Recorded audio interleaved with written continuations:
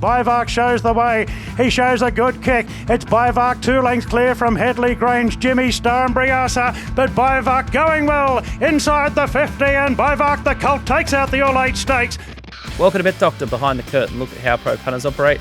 I'm your host, Scoot. It's a great weekend of racing this weekend. We've got SA Oaks, we've got the Sangster, got the Ledger down at Flemington, and the winter carnival just gets warmer and warmer. So we're very excited, aren't we? John Walter, who joins me in studio. Well, you're excited. Nico and I are on the fence, but you've declared that you're not going to back a loser this week. So anyone watching, just unleash on Nick's tips this week. He's a money-back guarantee. Yes, I think we're finally going to get some decent price results. Nick Noonan, how are you? Good, boys. Yeah, I thought it looked a bit of a tough weekend on paper, but we got two Group 1s in Adelaide. I think how the track's going to play there is going to be crucial because you got a few in the Sangster that are drawn out. If the track's probably favouring those horses to the middle, they can win. If it's not, they probably can't. So, I think the track play will be probably the most crucial part there. And we're only 8 races at Flemington and Randwick due to Anzac Day, so that was a little bit of a help. Not as much form to get through until we get to Monday. True. It's 10 on Monday. It never stops, doesn't it? You love hearing that when everyone's, what are you going to do the long weekend? Probably bet more and do more work and more form. Yeah, should be good. Yeah. Anyway, can't complain. Big thanks to Ladbrokes and Punting for helping us put the show together. And quick recap of last week, Kings Valley Pounding was a good Quinella. I personally wanted it around the other way, but Nico probably wanted it the way it fell, which is great. L. Nolan just got shuffled right back on Pounding, so I was kicking stones, but happy to see Kings Valley win regardless. Baywalk was a beauty. You guys were all over that one. And then Brave Monarch and the Call Da Vinci Quinella was, I guess, the other big highlight. And as we discussed at golf on Tuesday, we probably wanted it the other way around for the Call Da Vinci. We staked a little bit higher that way, but those two horses look pretty good. And I would have given a few bookies a headache if Call Da Vinci had won. So, yeah, that's twice. So if you've been on the Call Da Vinci train, it's to, agonising seconds, I'd say. Having a look at the weather this week, there's 8.5 mil that's creeping into Saturday at Eagle Farm, but then Melbourne, Sydney and Adelaide should be in the dry track range. There's tiny little bits of rain around, but nothing that's going to affect conditions too greatly. It'll just take the edge off the track ever so slightly and it should just dry out throughout the day.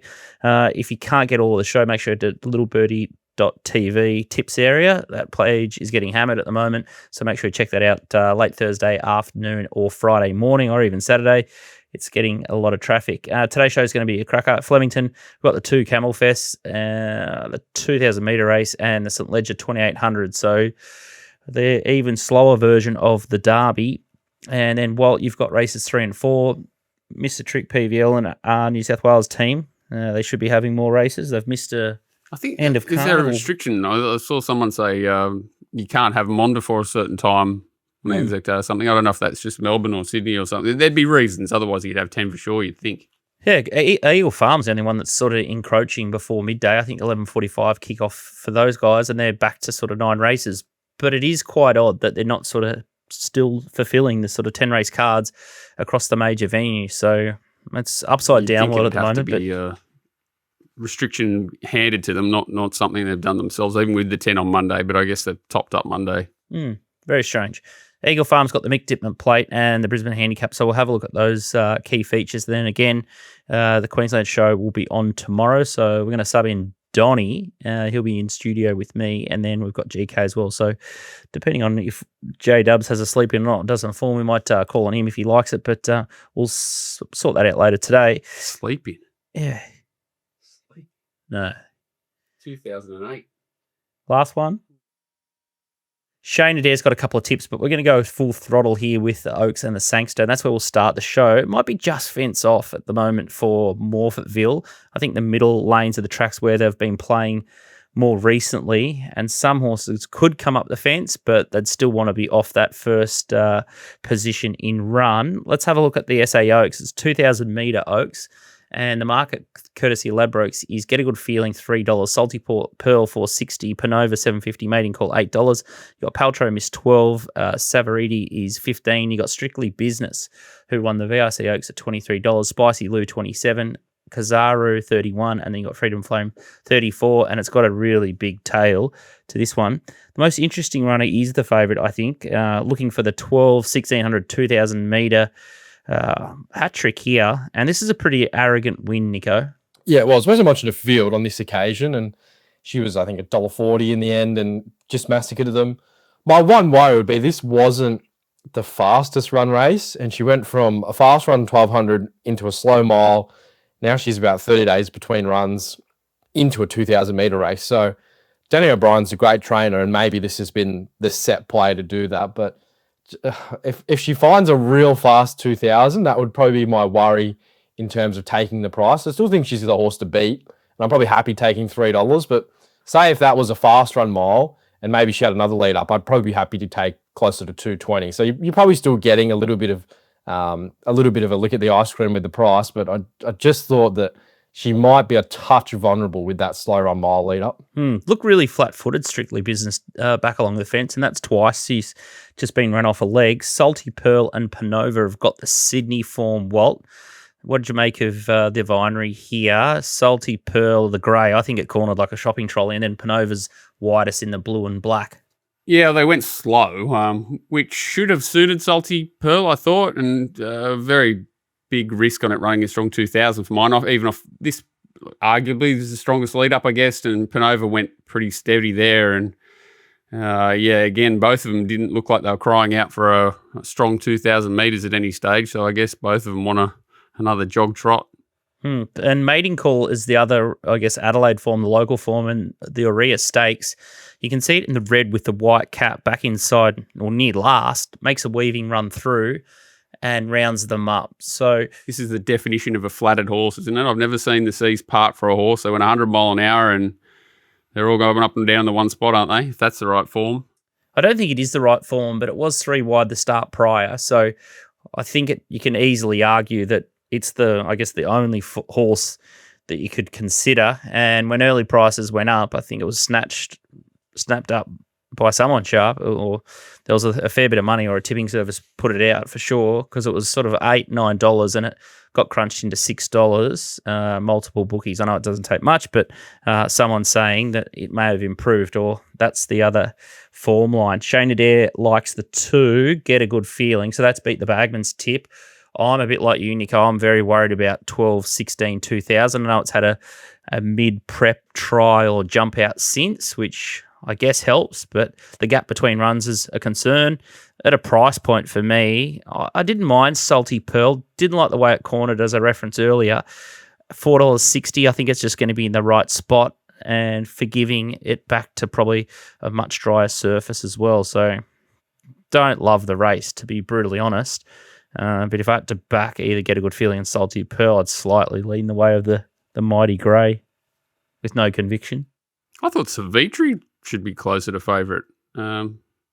Just sat up on fast speeds and very green, sort of untapped, very strong through the line, even though it sat outside leader on a fast speed last time, was it 1,700 or something like that? So there's no speed in this race. If it just rolls forward from an outside draw, which it looks like it should, well, not no speed, but I don't think there's anything that really wants to push the tempo. It should be able to cruise across and do its own thing, and just looks like it's got a lot of upside compared to the rest. Like if Mating Call wins this, they should just dead set take all black type off it, not even reduce it from a Group 1. Like seriously, Panova's been going like a hurdler, so Salty, but like they're all in reverse. So I guess got a good feeling if you just suck, expose lates the turn a foot horse, and yeah, I just thought it was the clear value Savitri, and is the number 1 alive? Who knows? Strictly Business, slow run race last start. It's the horse that could improve, but gee, it's looked a bit cast, hasn't it? Both runs back. How does Panova spike?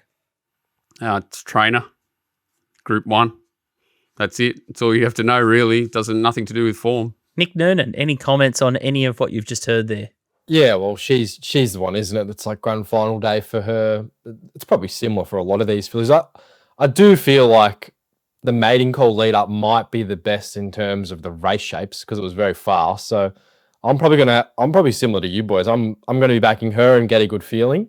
And yeah, I thought Savitri is probably the one. She can over race in her races sometimes, but she seems to be getting better at that her last 2 runs. She's probably the one with a lot more upside than a few of the others. Benny Barge Mellum, so not a bad roughy price there at $15.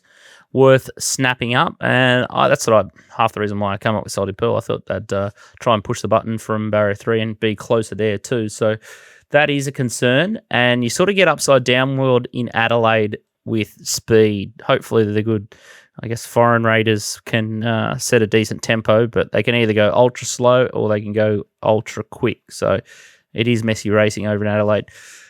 Race number 8 is the Group 1 Sangster. It's a 1,200 metre event, and Point Barrow is the favourite. Ladbrokes, $4.80. Charmstone, $6.50. Skybird, $7. Generosity, $7. Bridal Waltz, $8. Benedetta, $9. You got My Gladiator, $13. Flying for Fun, $14. And then you got Super Smink, who looked pretty good last time at $15. GG's Mistruth, one of mine, $23. And you got Stretton Angel at $41. That looks like a very big price. Let's have a look at some replays and some key lead-ups. And this is Point Barrow in the Group 3 Typhoon Tracy, Nico, in the Cole McKenna colours. Yeah, she sort of did here from a ratings point of view what a lot of us expected in the Oakley Plate. She sort of ran up to a big number. It was a nice win. Torsheen, the horse to her inside, has won since, beating Alpha Sophie as well. So the form lines have sort of stacked up out of the race, even though it looked sort of weak on paper. She's got no favours from the draw. That's the big negative there on Saturday. She is a back marker, and if you're all right, Scoot, and they're probably getting to the middle part of the track, well, that'll be her best sort of scenario for her. But if they're not, then she's probably easy to put the pen through. So I think she's one you really got to watch the pattern. The next in the market who's also got a sticky gate in 14 is Charmstone. This is the Group 1 William Reid at Caulfield. That's Jigsaw, who's since won the Quokka, back buried in the pack in the second set of Yulon colours with the white cap as Angel Capital. You got Jimmy Stars there. You got Barrakiel, Ray Magnerio. So this form's pretty strong, and that's a pretty good effort first up, I thought, Charmstone. Yeah, it was. And in behind her, you got Benedetta, who was in the black and orange and was sort of in the worst ground for most of the race. So I think Benedetta's the one of those two that might just get a better run. Charmstone, she's going to have to push forward. You have Zara on, but it's just where she sort of ends up on the map. Skybird's exactly the same. Where she ends up is probably a real query. So I think Benedetta, of those classy mares coming through the best lead-ups, may get the best run. The other replay we'll have a look at is Generosity and Bridal Waltz, John Walter. Yeah, terrible ride, Bridal Waltz. And it was hard to run on wide. So Bridal Waltz sort of had the chance to get up on speed and in the right part of the track and didn't do it. And then Generosity closes late in the wrong part. I've seen who's at Infancy come out and run well from there. I think Joe Pride's horse in the white face has won since from out wide there. Briassa was a bit unlucky last start, they say. I'd be very forgiving of Bridal Waltz there, and Generosity is obviously a very honest horse. I just think it needs everything to go its way. Gate 1, it could be good or bad. It's hard to say at this point, isn't it?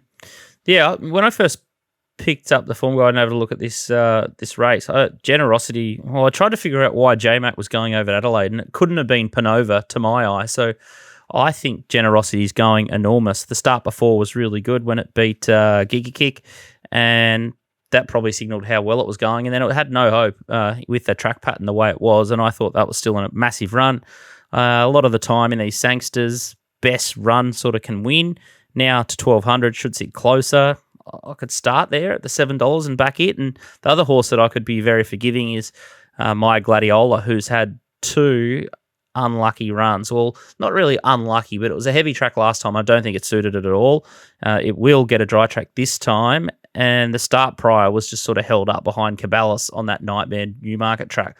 $13 is a crazy price for it. So there were the 2 starting points for me, or how I wanted to sort of start my book. But I concede Bridal Waltz is definitely one that can improve wrong part of track and will be suited by on-speed favours if Benny can get her across. Nick at Noonan. Yeah, I was weird. I was Super Smink and Benedetta. So I think they just might get the runs of the race. And Super Smink won the Adelaide lead up in good style. Don't think she has to go much better to win here. So that was sort of the 2 for me.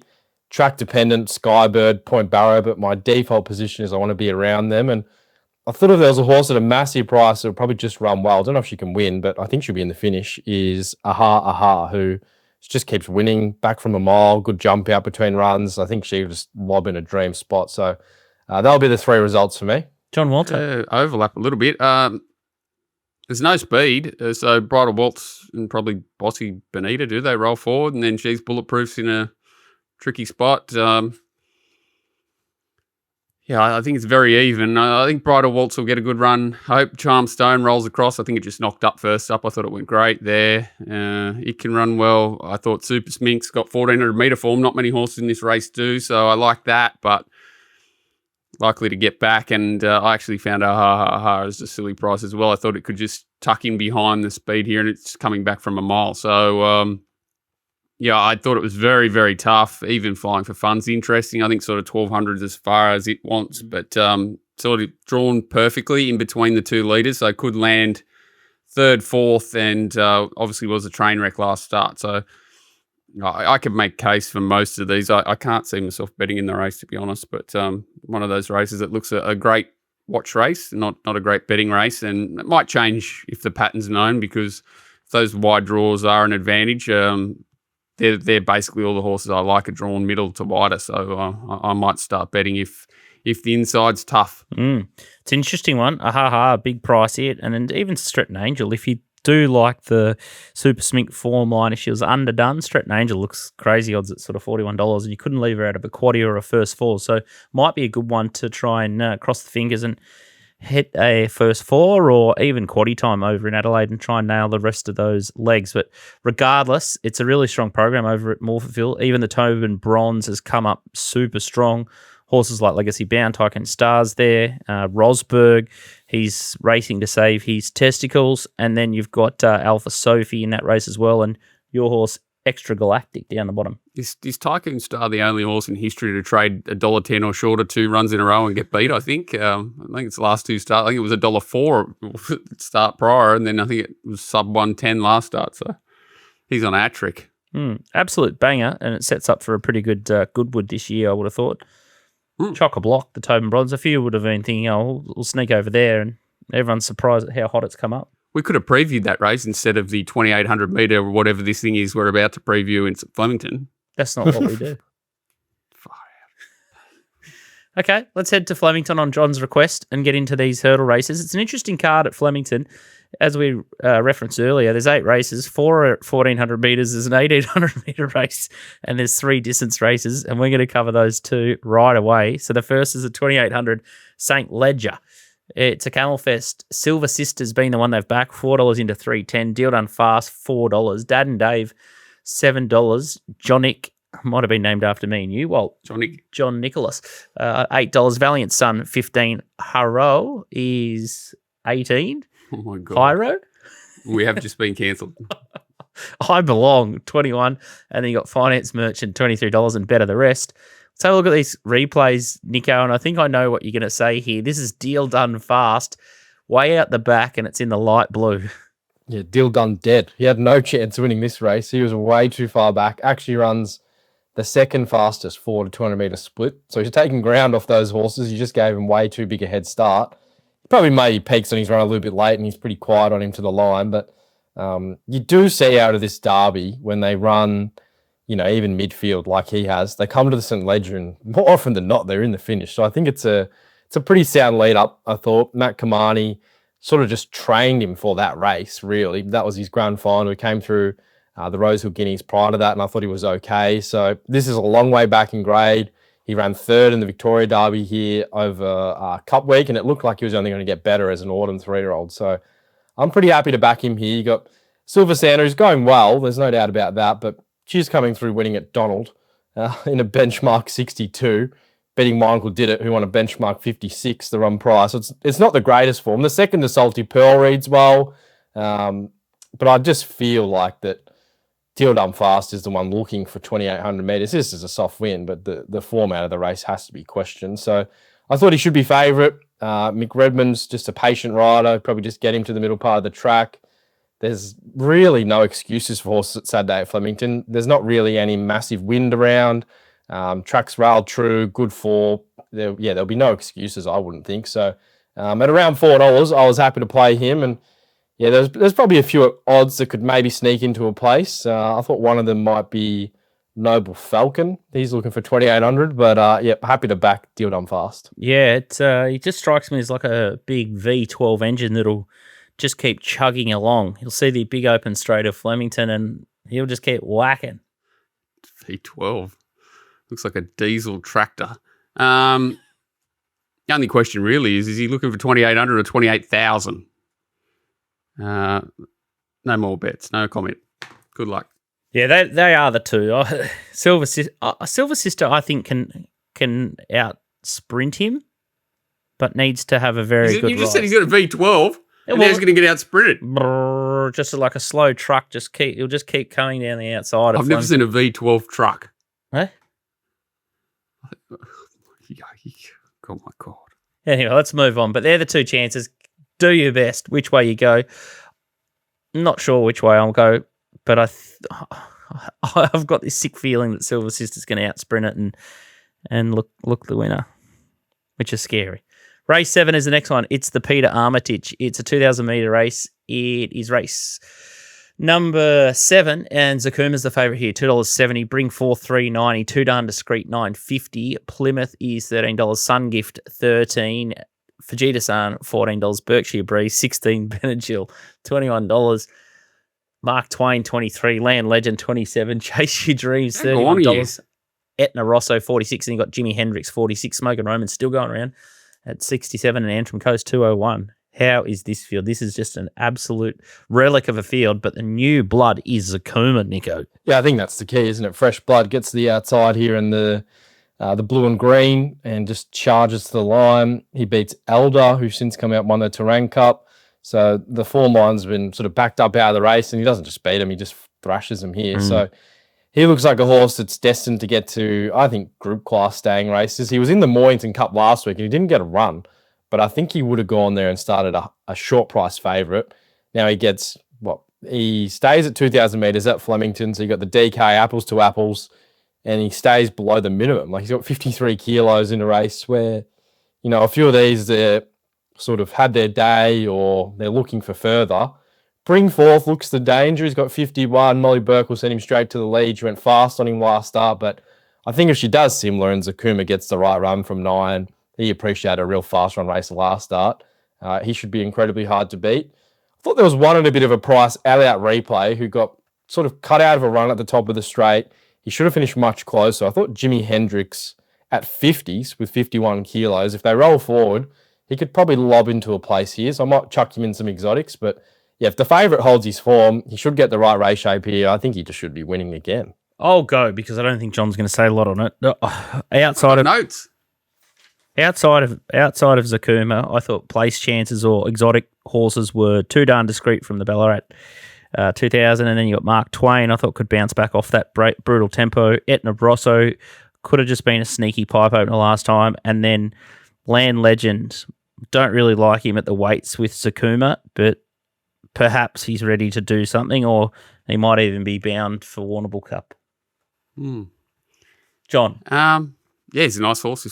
He's definitely like had good speed to suit him, Zakuma, but geez, like 800 metre sprint is not a problem for him. So I don't think it.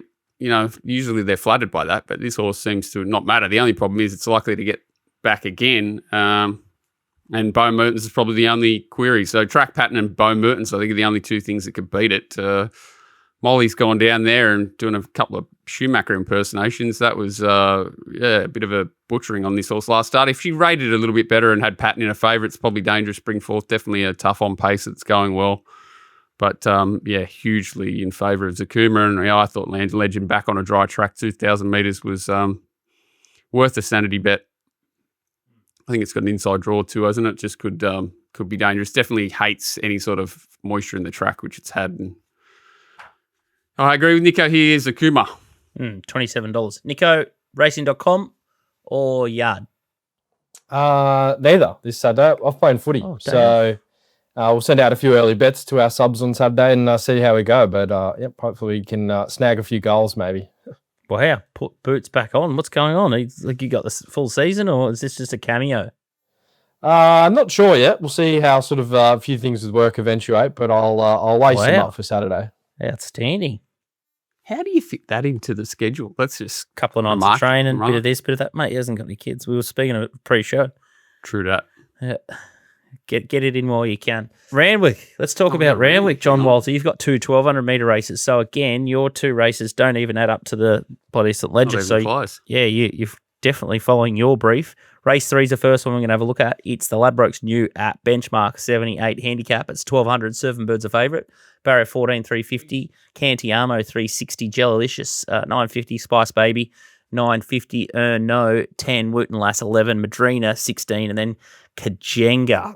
I think this horse is deceased, $17. But let's get stuck into the replay of Cantiamo, and it's in the maroon colours in the yellow.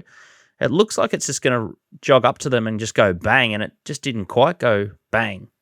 Yeah, and the race is a little bit tricky. Plaintiffs come back, got beaten. I think there's a couple others that have got beaten since the form, maybe. I think, it was unlucky. I think that's Tomato Toasty or something, isn't it, in the middle there? Yeah, they did go slow, but it's sort of, you didn't want to be back in towards there. I don't know. This race definitely looks weaker, and the setup's probably the key to this race and that horse being able to improve. That's all we're... That's it. That's all we've got, so I just need you to talk through it. Where's the... Jellilicious, I guess, is the favourite. So. Not a lot of speed here, and Surfing Bird went like Burnborough first up last time in, but it was 1,400, and this time drawn extreme outside. I thought its trials it hasn't really shown a lot of speed. I don't think it can get over, so I thought Spice Baby was more chance of finding the front and probably worth saving on. I thought Jellilicious was very ordinary first up in the fast lane on that wet track, and Cantiamo's just drawn perfectly to camp right behind it, and I'm assuming we're going to get a fast track there to rail out 10 metres. I don't think you want to be coming wide unless you can somehow find the outside fence. So I think Tim's going to have to pull off a miracle on Surfing Bird, even if it is the best horse in the race. And I just think it sets up beautifully, a firm track, low draw. All it has to do is cross Cavity Bay, which it should, and if it crosses Yankee 1 at the start, Cantiamo, and lands behind the leader or sort of one out, one back, it's never going to see a better chance in life. I actually thought it was like $4.80 when I was looking at the race. So into 360s, quite tight, but it just looks by default to land in the right spot. So Spice Baby for I think it's Joe Eyeball, looked to have a bit of quality last time in, and just a tough horse that if it got in front might give a side on this 10-metre rail. So I thought it was pretty easy to like those two, and hope Timmy gets lost. I think he had his dream day everywhere. Yesterday where they were missing starts, all the dangers were sort of 3 wide from gate 2, and then I don't know what happened to J-Mac in the last yesterday. He had his dream day yesterday. Hopefully he doesn't carry on to race 3 Saturday. So there's been a spate of these leaderish tracks in Sydney. I haven't seen anything like it. We've started to. It's probably worth talking about because this crap where you start rail true, then you go to 4, then you go to 6, then you go to 7, then you go to 9, then you go to... What is it? I understand from a programming perspective, like that they know that it's coming, but how does it make any sense when you know the track's going to be... Leadersville. Well, it's likely to be biased heavily. So you've got big... Like this meeting's not as bad, but the last few, and then... You know, especially if you're getting firm tracks, the track shouldn't be marking badly enough that you have to move these rails so aggressively into positions that are clearly biased. So, yeah, I'd love someone to explain to me, other than the how easy it is to have a set program that you automatically move it. It doesn't make a lot of sense logically to me that you would only move it if you have to from the true rail.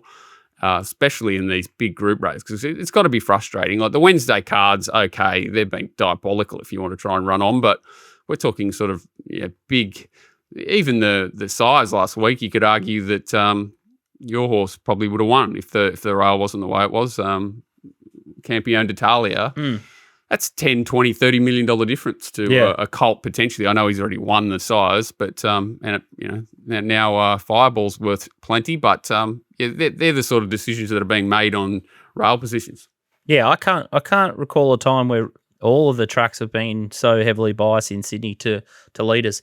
Any comments on that, Nico, or this race itself? Yeah, well, it was disappointing last week, wasn't it? And you touch on Campagne, and then you got Baywalked in the other sort of in the other corner where that only enhances his value. So there's winners and losers out of that, isn't there? And probably shows you how interesting the sort of stud deals are. Like a horse like the winner Fireball is probably going to get a big stud deal, and he couldn't have had a better run, So it's just works out to how the races work out. Back to race 3 though, I really liked Cantiamo when I saw her in Melbourne. She was unlucky in the Red Roses. I think she's probably with Walt. She sort of might get the right run. And Surfing Bird, I had a big crack at over the carnival, and because I thought she paraded better. She was really relaxed in the mounting yard, and the way she ran, I think she was just dead flat. So if you see her in the yard on Saturday and she is walking around half asleep, that's probably a negative. I think you want to see her up on her toes if you want to back her. I'm going to cut again then. I actually thought Baywhack was the one they should have retired off the back of that win. Back the other way. Yeah, Tentire. I don't know whether Tentire had a little issue or something, and then I saw it stood for 88 and it sold out within 30 minutes. I know that they send a lot of mares there, right? So it's not like Coolmore or Coolmore do too probably to theirs, but probably had a limited book this year, but sold out at 88,000 without 30 minutes. I would have had Baywhack. As soon as he sold out, I would have said, well, we got Baywhack. Well, yeah, he's had 2 absolute PRs on like the Golden Rose, which was fence on fire day, and there was another fence on fire all age. So you would have put a bow and sent him straight to stud. 100%. Like if he stood for whatever, yeah, exactly. Yeah, good point you make, Nico. I never really considered that. The old flattered run. Maybe it's not all what it's cracked up to be. I'll just write that down. So when I send my mare, just don't send it to that horse. Well, capitalist. There's a lot, yeah, anyway. Well, that's why I think it works out that, often it's the out wide one was like Written Tycoon, like a lot of horses that weren't the obvious, but these days you don't even get to see the horse get to his peak, do you really? No, we don't. But the size and Champagne winners nearly should be barred from stuff. Okay. We'll have a little attack on the segment. I don't know if James Harron and Heatchote would agree, but... Well, there goes the sponsorship for the show anyway, but there'll be an appendix on the show, a little Scooties here. Holy cow. James Harron must have, like, size and Champagne above his bed. There is meal ticket. Best bet Cantiamo with a little asterisk possible saver on Surf and Bird out of the yard. Let's go to Randwick race number 4, Racing Watch Handicap. You sponsored a race. Good on you, John. Yeah. 78. It's a 1,200 metre event, and Call Me Gorgeous is a favourite. Gorgeous win last start, $3.70. Hay Street, $5.50. Midnight Dynamite, $6. Hillier, $8. Sergeant Major, $9.50. Emirate is $12, and you got Margewood, $12, Mogul Monarch, $19, and Better the Rest. The first one is Margewood, and it's in the My Racehorse colours. It's way out the back. And look at the hold she's got. Oh, my God. Doesn't it remind you of a Tuesday at Warwick Farm in the morning, heat 12, and that's basically what it got here, just a complete drag out of the race, barrier trial, very hard to run on, and, look at it, it's just steaming up behind. Just had a complete barrier trial there. So swaps an outside gate for an inside one this time and an apprentice to a senior rider.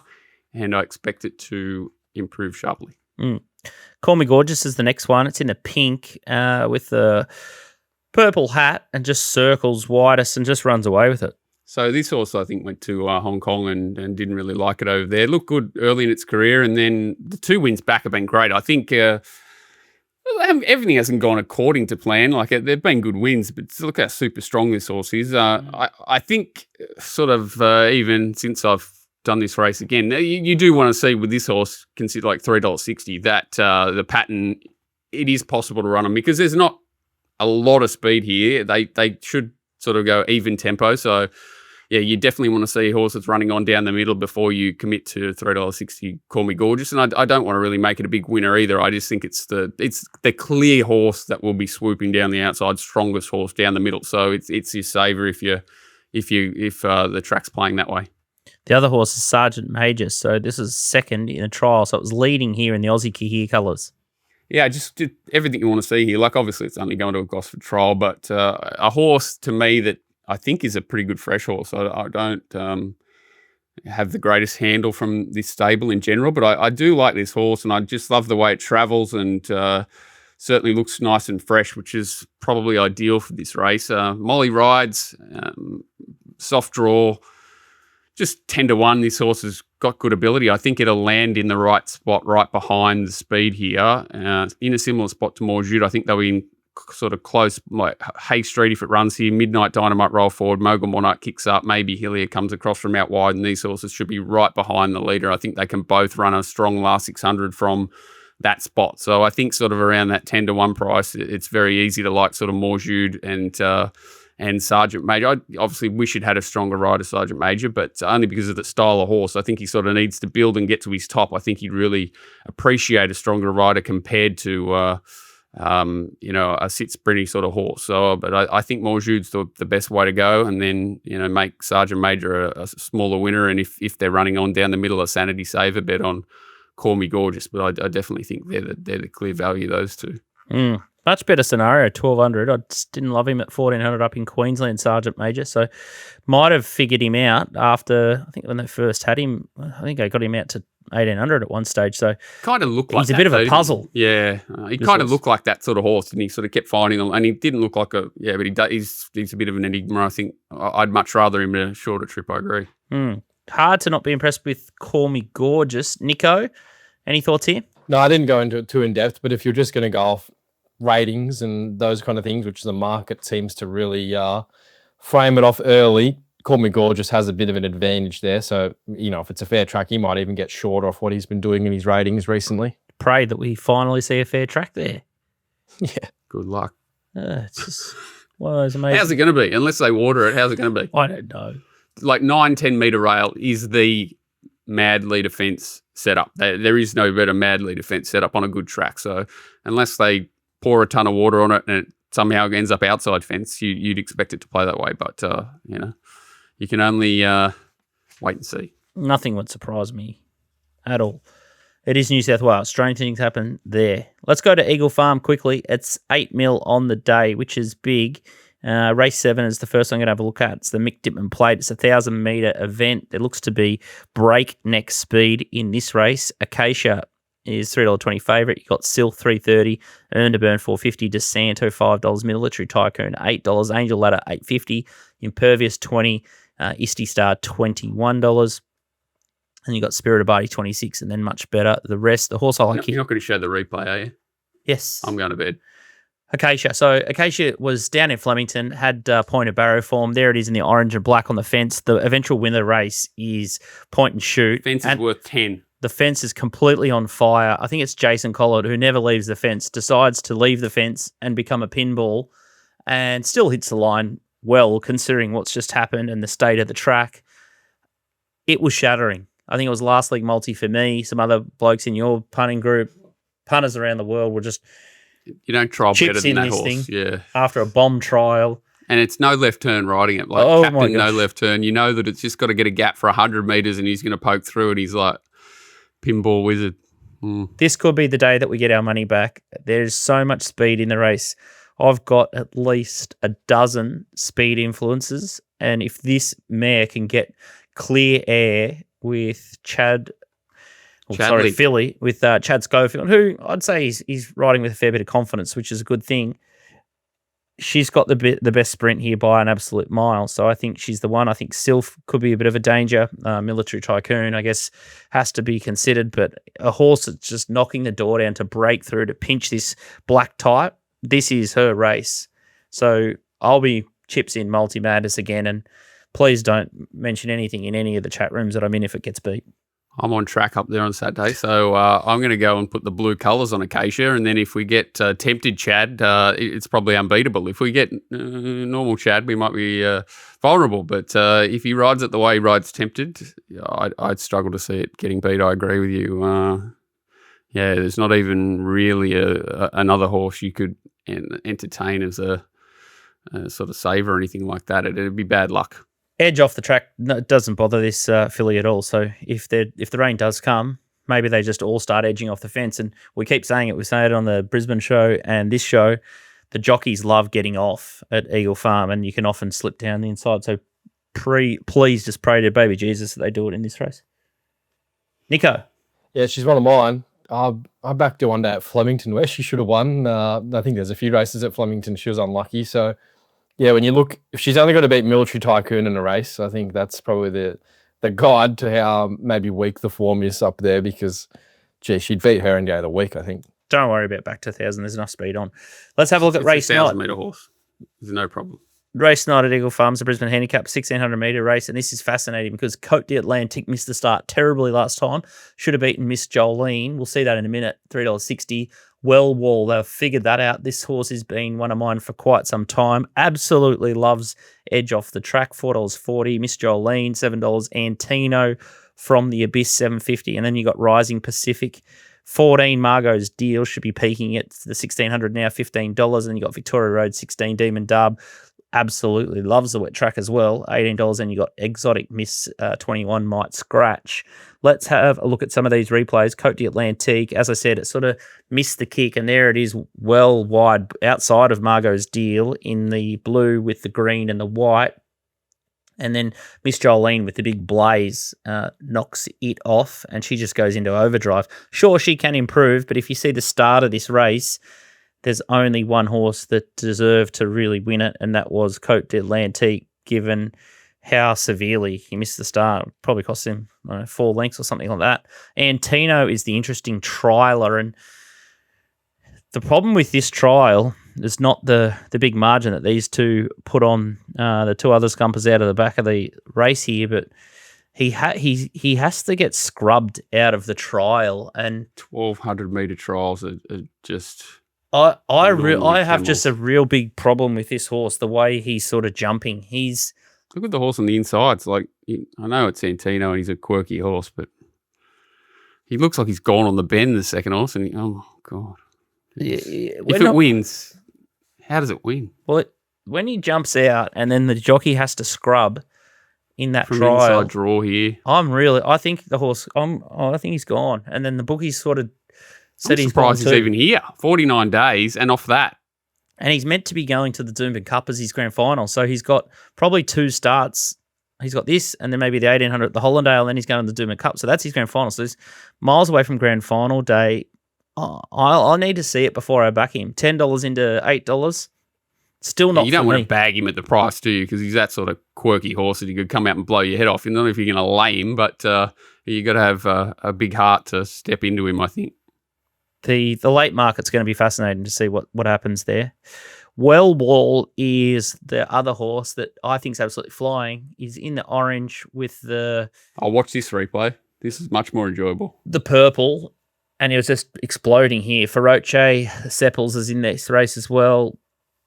28 days, month between runs, edge off the track. Everything just sets up for this horse to carbon copy and do this again. I can't see why it's not going to. It did have all favours there. That was the only thing, and it might not get them here. That was the only thing I was trying to work out, unless Uncle Tommy does jam it out of the gates. Because I was just concerned that there's no real speed here, except for the horses sort of drawn out. So Exotic Miss, Cronenberg, Victoria Road kicks up from an inside draw, and then there's no speed. Côte d'Atlantique could probably be there if it wanted to, but sort of Walsh Bay, they've got a decision to make. I'd just be concerned if Tommy sort of ended up last third if they walk, but I actually thought there were a couple of good roughies here. I thought Caboche could run well first up, 3 trials, draws in the same spot as Côte Atlantique, and I thought Walsh Bay, your old favourite, could run a cheeky race if it went forward. I thought it was given a horror ride first up, barrier trial, but they both need luck and they're both 25-1, but I thought it was that sort of race. I found it really tough to... I couldn't take $3.60 Côte Atlantique really, especially off that. I think it only just runs a mile. Nico might know the horse better than me, but it definitely wasn't suited the way, it's sort of a horse that can miss the kick, circle the field. I don't think that's its go. So it was definitely went well the other day. It's a tricky race. I thought I can see why you like War. I just think it needs a good ride, and then just those roughies of Caboche at whatever it is, 33-1, and Walsh Bay similar could run cheeky races. I thought Margot's Deal might spike as well. I thought she was probably a big improver. That's the trainer we were trying to work out the other Jason day, right? Edwards. He was the guy who had She's an Alibi, I think, and the other one that went to Mr. Moody. Sophie, Alpha Sophie? Yeah. Yeah. Walsh Bay, interesting. Talia Fenlon jumps on board, going at 17%. Very profitable. She's got balls, I think. Like, she can make things happen. She's not scared to sort of send one from out wide. I don't know if that'll be the plan. Like, it's probably... I think it's the only way it can warm win. up first up, right? And it's probably targeting 2,000 metres plus. But, if they just happen to think, oh, well, today we might roll forward, the mood he was in this time 3 months ago, I think he's not going to struggle for fitness. So, just could run a race. Had probably one more start away from Sea King, but it showed a glimmer of hope that it might be back off that Bendigo Cup win many moons ago. Nico, do any of these tickle your fancy? Also, shout out to Knight's Choice, who's on the comeback trail as well from 229 days off the scene. Yeah, it's a good race, isn't it? With him and Antino. Victoria Road, he ran on a Cox Plate once upon a time, the back seeking in a Melbourne Cup. So there's a few boyfriends. Code Atlantique's definitely, he's still in the camp. And Henry Dwyer, whenever he talks about this horse, he always talks about how he's going to be unreal on a wet track. So if the rain comes there on Saturday, I know he got beat in the Sale Cup, but I'd probably forgive that run. He looked a bit into prep there. Yeah, he always says that wet track's going to be the best for him. So yeah, if it comes on Saturday, that's probably a huge tick in his favour as well. I think the end of a mile that probably does see him out. I'd be surprised if he got further, but I don't really have it as a big query. Yeah, he's like exactly. He runs a mile, but you don't want him to get caught 3 wide over a mile sort of thing, isn't he? Hopefully, should get the right running. Hopefully, get Jace McMurray. There can be Sleepy Jace, or they can be Jace on the job Jace. That was the query, wasn't it? Jace McMurray. Yeah, that was the query. I think he rode a couple very steadily yesterday. Jekyll and Hyde, didn't he? He is young rider. Got a lot of ability. Donnie's man. Donnie loves him. Jace. If he just thought he was back at the Gold Coast and happened to be Johnny on the spot, it'd be a big advantage for this horse. But now he knows. So big jockey switch there anyway. Corey Sutherland to Jason Murray. So important ride for him. I think he'd be very switched on, the kid. Good luck to him. Massive scalp. So fascinating to see what happens with Antino as well. That'll be the big talking point, whether he's gone or whether he's back in business. Hopefully for Uncle Tony and the Gollins that he gets back, and racing's the better for it when Antino's doing those mid-race. Not many strange horses I can remember in my life that can do what he's done in races and then do what he's done in other races. And there's so much between, right? And then if you think right back, I think he used to be a speed-only horse, didn't he? Like, he used to sit right up on the top of the speed. Then all of a sudden he's a back marker that can make 800-metre. I don't think I've ever seen a horse like him in my time. Pride of Jenny's another one. Remarkable horse. All right, that's the end of the show. We're going to be bouncing all around the place. So Adelaide's got the great races. Brisbane's just starting to get hotter and hotter. And then New South Wales, Hawkesbury's going Cup just around the corner. Nico, what have we got after this week at Flemington? We're starting to get inching very, very close. Probably got 10 days to the Bull. If Nico's playing football, there can't be much. Yeah, Bendigo and then the Bull pretty much. So, yeah, we go out wide for a little bit. Yeah. I think, next week will be our last Melbourne and Sydney show for a little bit, and then we'll just be on ice for the Brizzy Carnival. And, that's a bit of a wrap. That's a bit of a wrap from the show. It's a wrap. Good luck, happy punting, and make sure you gamble responsibly. And tune into the Friday show for the full Eagle Farm preview. We'll see you then.